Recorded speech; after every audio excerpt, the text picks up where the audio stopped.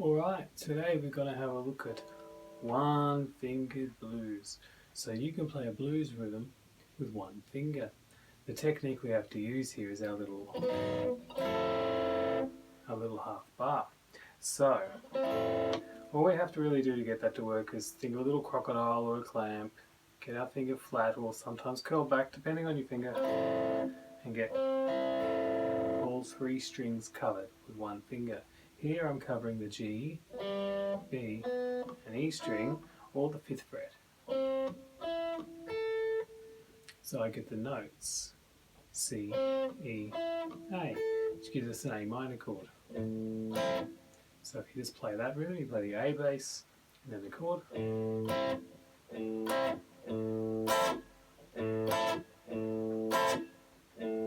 You get a little A minor riff. Now I am cutting off these chords and not letting them ring out. They're little shots. So I'll mute them up here with my left hand and I might even mute it with my right. Yeah.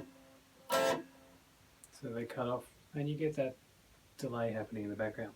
Now what's cool is that these same three notes, if you have a D in the bass, turn to a D9 chord, but it's missing the 3rd. So you have 1st, 3rd, 7th, 9th, 5th.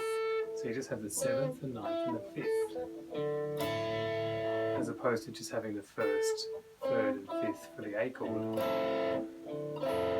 Now it turns into this 7 chord, which is always cool. And that you can use for your D. So if you're following your standard blues progression 1, 4, 5, you've got your 1, your 4, now you get your 5, go up to the 7th fret. Becomes an E chord, doesn't it? But it's just another E9.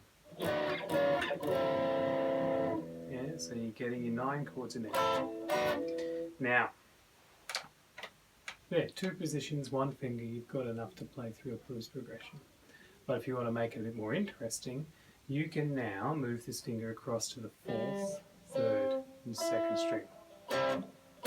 Gives you slightly different chords. So you can have A minor 7 now. Yeah. If you move it up those 2 frets, you're going to get a D major chord. You won't be able to play the bass. Unless you go something like that. So it gives you a different flavour. So you can go now, instead of A minor, D9, you can go A minor, D major. Or it's basically just an A-shaped chord, isn't it? So of course, if that's your A-shaped chord for D, move it up 2 frets, and you get your E.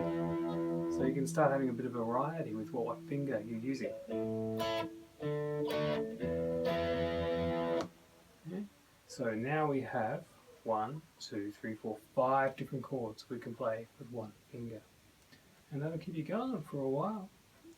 These are also good spots to start getting familiar with, because you can use these notes as target notes for when you're soloing.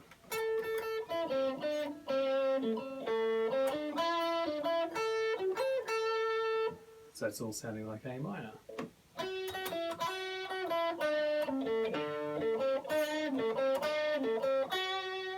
Sounding like a D major chord, because you're focusing on the notes in the chord. Now, what if we wanted to, make it just a bit more interesting? We can add a finger. So if we come up here, our E9, we can turn into a D7 by adding our 2nd finger here on the 8th fret. So now we're going to go 7, 7, 8, or D, F sharp, C. Gives us a D7 chord. So we can start jazzing it up a bit.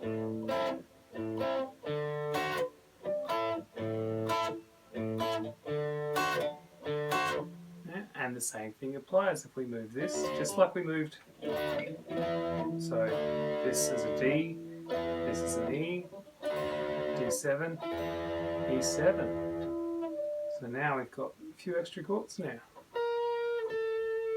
Yeah. And we get the A's up there as well. So we can start mixing things together and come up with some cool stuff.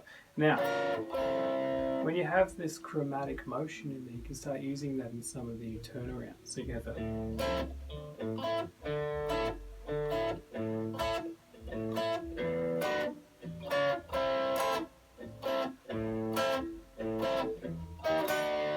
So you can play anything from 5, 6, 7, and 8 if you're using them in your turnarounds. That's a nice one right at the end, or when you're going from 5 to 4 back to 1. Just chromatically walk down.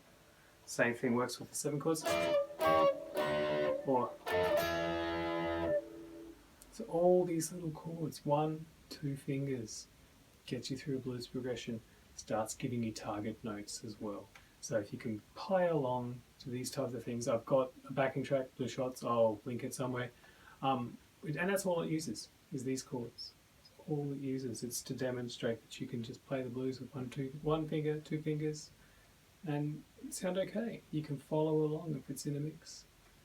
And you can also use it to make loops for yourself and do heaps of cool stuff. Alright, well, thanks for tuning in. Nice quick little lesson. Remember to hit that subscribe button and the bell if you want to hear more from me. Also, I've got the tabs for this up on my Patreon page if you want to go and check that out. That'd be really cool for some extra support there. Alright, till next time, cheers.